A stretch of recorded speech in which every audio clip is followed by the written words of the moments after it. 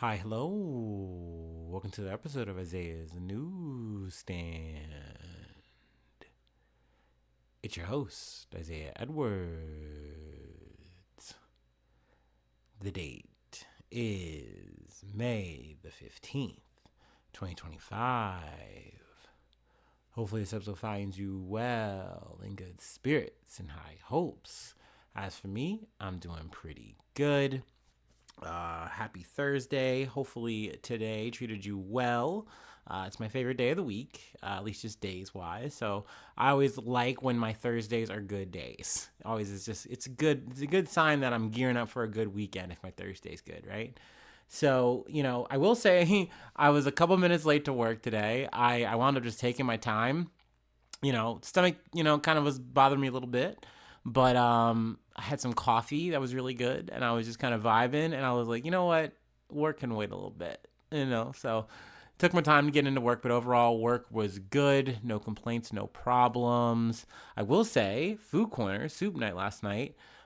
We had this like Southwest like bean, it's like a black bean and corn situation, and I was feeling, even though it was my little soup cut day, I was like, you know what would go really good with this? A little bit of salsa in it, and then some chips, just a little side of chips. And I was like, and like a spoon of cheese, a little spoonful of cheese, nacho cheese, of course. So I had that little spread, and it was nice. It was yummy. No real complaints there. But yeah, got to work. Work was good. And after work, we went to the gym. Gym was nice. It was the right balance for a Thursday where it's finally like, winding down. So I'm hoping that tomorrow after work we have a good gym session. But as for today, it was good. It was solid. Once again, no complaints. So that is more or less today. A thing I forgot to mention yesterday, I got another pair of Hoochie Daddies. And I'm sure y'all are wondering, like, how did your broke ass get another pair of shorts? How did you do that? Well, I had an Easter card from my family friends, and I got to cash that in, and that was really nice. I was really scared about it too, in terms of like the reason I was like kind of rushing to pull the trigger. Honestly, was the tariffs. Like I just think about that shit, and like I remember the one time I did right around the time that shit had hit, and I was like, man, it seems like this is gonna take longer and be more expensive. This is so stupid. So I figured, hey, you have this gift card. Let's just go ahead and shop with it now while it's still like affordable, put that in quotations. So went ahead and cashed that in, got some nice red hoochie daddies for the summer. So I'm very excited. So yeah, I forgot to mention that yesterday. It felt very important. It wouldn't be on brand if I didn't mention that. But yeah, let's go ahead and do our startup and let's get into some news.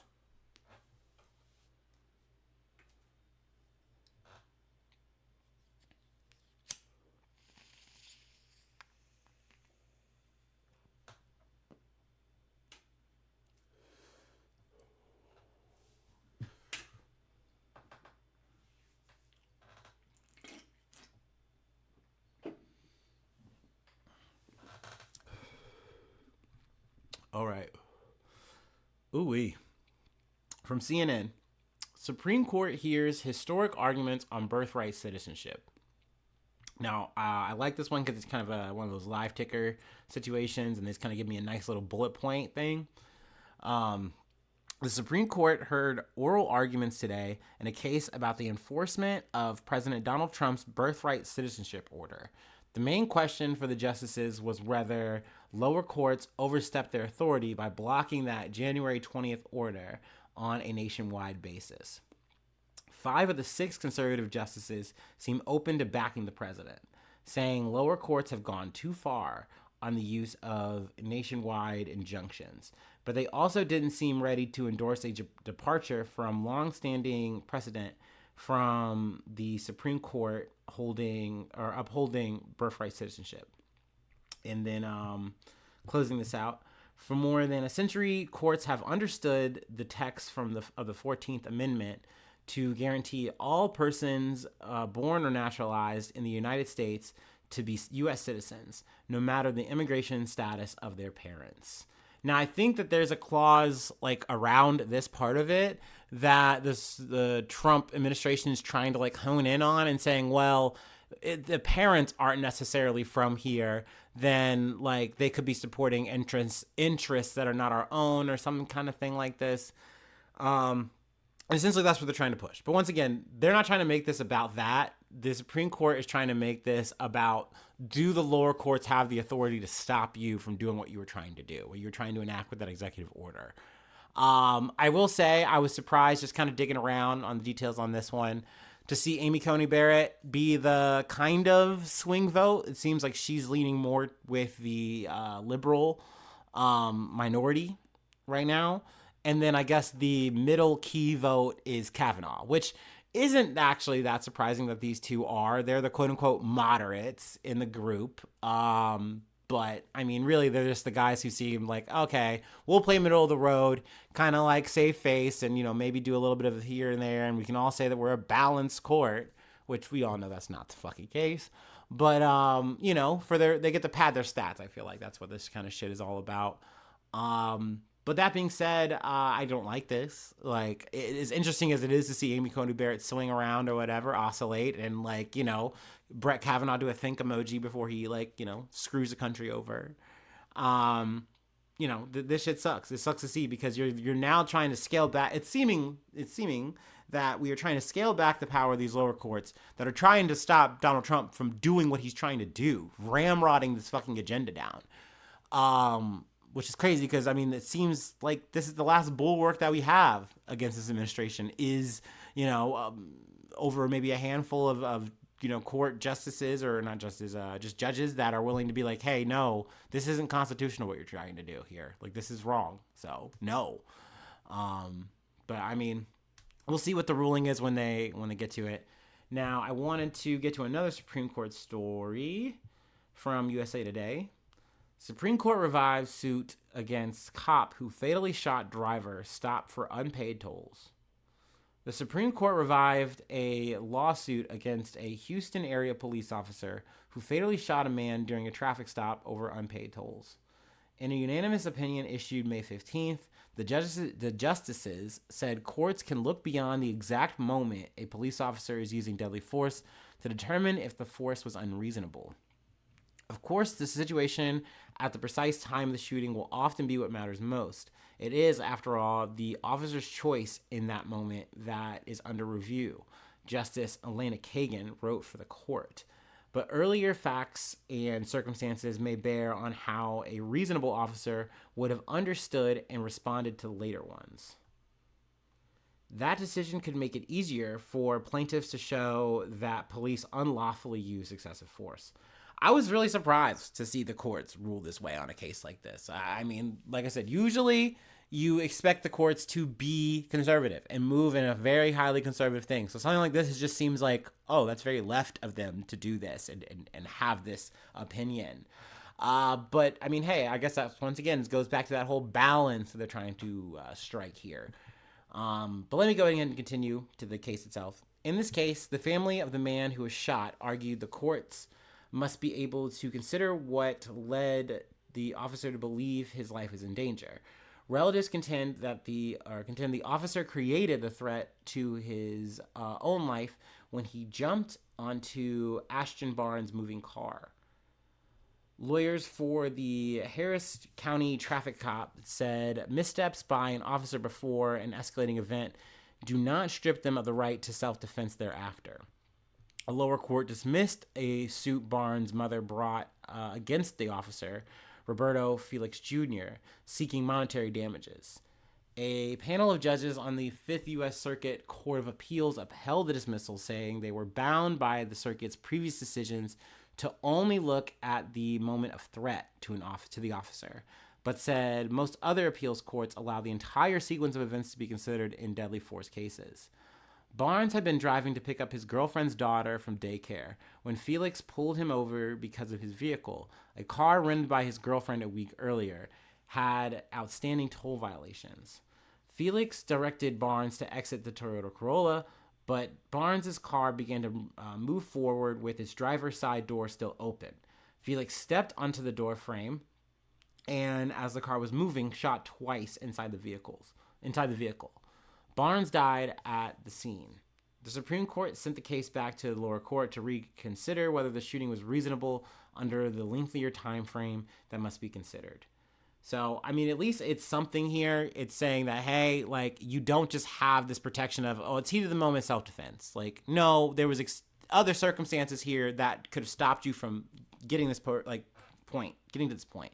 You know, you could have de-escalated or not escalated. And here you are being like, oh, you're trying to run away. Oh, you're trying to hurt me. And it's like, bro, you didn't have to hop on the car, which is a thing that I've mentioned a lot when it comes to police officers, where it's like, you know, there's a level of force that you don't need to take you don't need to take the situation to. Like, you have all the power here. Even if a motherfucker just gets away, you have the ability to track these people down, especially with the technology we have. It's not like we're living in the fucking Stone Ages. You know, someone pulls a Houdini and it's like, oh, he disappeared. It's not like you're dealing with a Jason Bourne-like character. You're going to be able to track these people down. You're going to be able to get the justice, or some police officer will someday, dude. Like, so the idea that you need to be Captain America, that you need to be the fucking Punisher on the beat and, you know, jump on cars and like immediately get into these tussles with these people, like, it doesn't need to happen. It is completely avoidable in so many of these cases. But once again, you can always just get to the point where you go, oh, well, it's heat of the moment and I had to defend myself. I was fighting for my life. And it's like, I mean, okay, but this is a situation that didn't have to happen. You could have avoided it. And it's like, well, so could the criminal. And it's like, yeah, but you're the guy with the gun. You're the guy who's supposed to be protecting and serving. But instead, you're kind of moving around like you're 007. You know, it doesn't seem like you're trying to protect and serve anyone here, except you're trying to dole out justice and be what? Judge, jury, executioner? Like, so yeah, I mean, that's my 2 cents on it. I'm glad that they didn't just shut down this case. They didn't just completely stonewall it, you know. So I mean, those are the things that we throw our hats up about, you know. We go, woo, wow, yeah, nice and balanced. Anyway, let's move along. Sadly, the episode is not going to get brighter, at least not here. From CNN, TikTok beauty influencer shot dead during live stream in Mexico. Valeria Marquez, I'm going to say Marquez, I'm sure I'm not nailing that, lo siento, was addressing her TikTok followers in a live stream from her beauty salon in Zapopan, Mexico, when someone arrived at her door to deliver a small parcel. "He's a little piglet," the 23-year-old beauty influencer exclaimed as she returned to her viewers and unwrapped the stuffed animal, smiling as she tossed her long blonde hair over her shoulder. Moments later, she was dead, slumped over in her chair with blood pooling on the desk in front of her. Even as the live stream continued, the footage ended only when another person picked up her phone, their face momentarily showing to the viewers. By the way, this is something that's very like eerie and scary to me, and it's something I kind of started thinking about maybe like a few years ago or something like that, maybe around the time the Baltimore shooting happened at that store that we covered that like someone live streamed. The idea that one day I might be in that situation as a viewer is so, like, it's so eerie to me. Like, you know, like that the situation has only evolved in America, or I mean, just anywhere where like someone can just be doing a live stream and the next thing you know, they could be dead, or there could be some kind of shooting or some kind of act of violence could happen. I mean, technically with the one Johnny guy, I think it's Johnny Somali. I mean, technically that's kind of happened, but that was something that he was inciting. You know, he was trying to provoke people, and then he gets his fucking shit beat live. That's a little bit different. But just the idea of like you're watching people just, you know, live in a moment, enjoy a moment, and now that's gotten to the point so quickly that it could just become a live leak moment and someone could be dead. And it's like, holy fuck, like that's so scary, that's so heavy. And I try not to think about it. I just want to watch people play Street Fighter and like, you know, play Magic the Gathering and stuff. I don't want to see dead bodies everywhere. I don't want that. Okay, so, you know, definitely unsettling and upsetting, but let's continue back to the story. According to the state of Jalisco Attorney General's office, Marquez was shot dead by a male intruder into her salon in a case it is investigating as a suspected femicide, the killing of a woman or a girl for gender-based reasons. The death of Márquez, a public figure with more than 100,000 Instagram followers, has sent shockwaves through a country that has long struggled with high levels of both homicide and violence against women. According to a spokesperson for the Jalisco prosecutor's office, the man accused of committing the crime showed up at the site of the murder before Márquez had arrived and asked directly for her. He returned to the salon later that day, which is when the murder occurred, as recorded in the video. The suspect's name has not been released, and the killing is currently not being investigated as related to drug cartels in the area, a spokesperson said. Just days earlier, another woman, a mayoral candidate in the state of Veracruz, was also shot dead during a live stream, alongside 3 other people.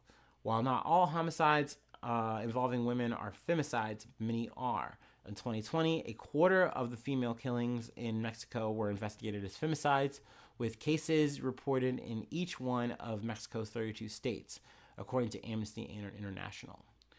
So a little bit more factoids and information there in the article, but I wanted to leave that part there. Obviously, a very sad story, very upsetting. Also adding, the mayoral candidate also being murdered.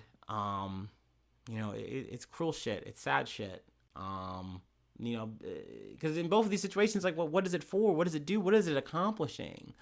Is it violence for violence sake? And that's the thing. I guess you gotta find the people and maybe hear more of a motive or some kind of shit. But, it just sucks that there's nothing that's really gonna remedy this in this regard. At least not not that I know of as a armchair expert. Anyway. Okay, we have one more story that I wanted to cover, and it's less heavy, but once again, it doesn't make you feel good. This is not a feel-good episode. I hate to say it, it's kind of a lot of L's and like one kind of maybe like, we'll see how that shakes out now, type of thing. Yeah, okay, but let's take our last break, and then we'll close it out. We'll try to finish strong, no?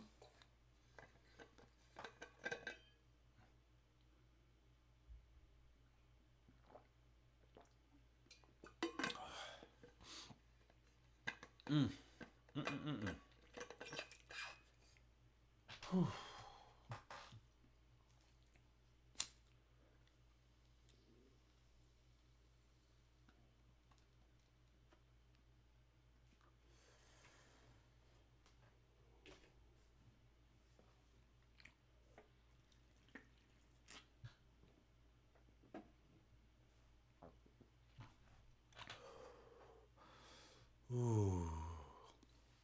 Okie dokie. Our last story comes from KCRA 3. Looks like one of those NBC subsidiaries or something like that, offshoots. Investigation finds Kroger stores have been overcharging shoppers on sale items. What a fucking ripoff! I'm low key steaming about this because this is hitting me where I live. This is hitting me where I shop. God damn it. Shoppers at one of the nation's largest grocery chains may be unknowingly paying more for groceries. An in-depth investigation by Consumer Reports and 2 news organizations found that customers were often charged higher prices at checkout than what was listed on store shelves. And even if you don't have a Kroger nearby, it's worth paying attention since similar pricing issues have been reported at other stores. Imagine picking up an item on sale only to be charged full price at checkout. That's exactly what Consumer Reports says is happening at Kroger-owned stores across the country. A months-long investigation by Consumer Reports, The Guardian, and the Food and Environment Reporting Network uncovered widespread pricing errors. They found expired sale tags on more than 150 different grocery items, which actually led to overcharges at the checkout counter on everything from beef to salmon, coffee, juice, vegetables, even cough medicine and dog food. Consumer Reports launched its investigation after Kroger workers in Colorado, currently in union negotiations, alleged widespread and long-standing price label errors.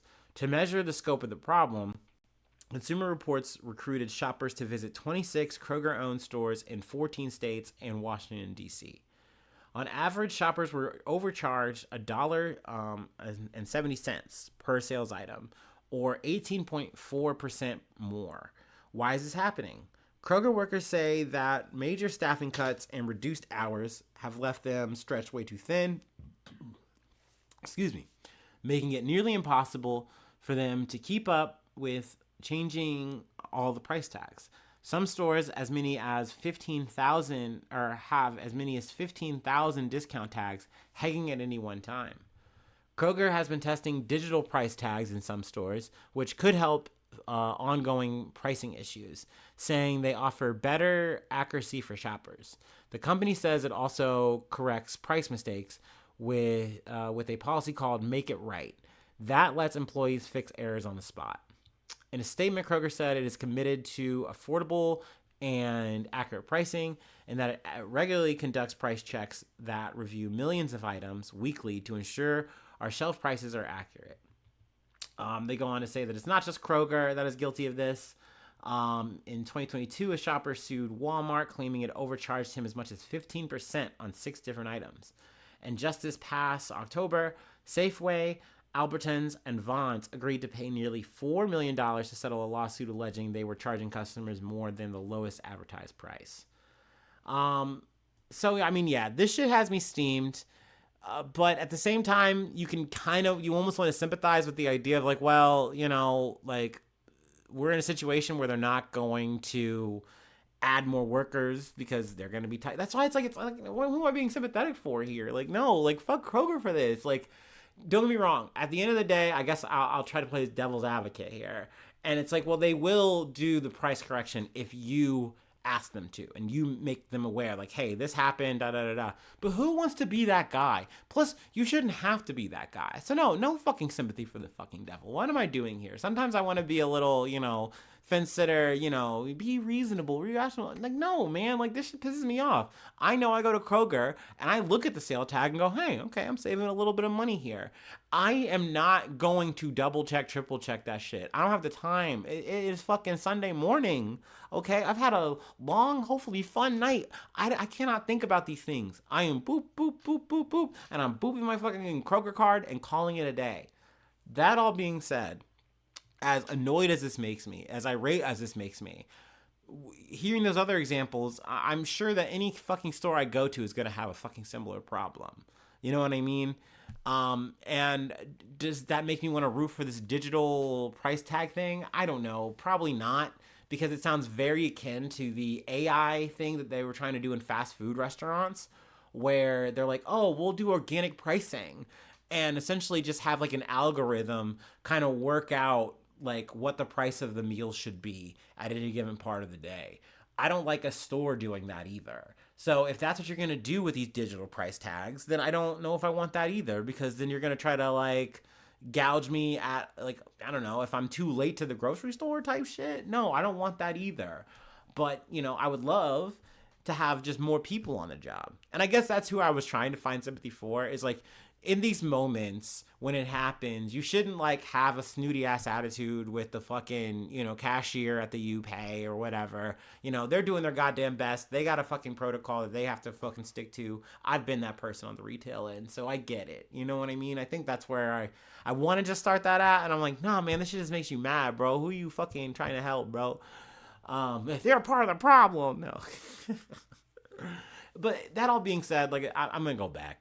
You can catch me at Kroger next Sunday morning buying my dumb shit. Probably buying some chicken and rice. God damn it. Wasting my money. Anyway, that's it. That's going to be the episode for today. If you'd like to help out, support the effort, I do have a Patreon. Patreon.com/AisaiahNews. Become a newsie today. Free ways to hit me up, AisaiahNews1@gmail.com. Feel free to follow me or the podcast on any of the socials.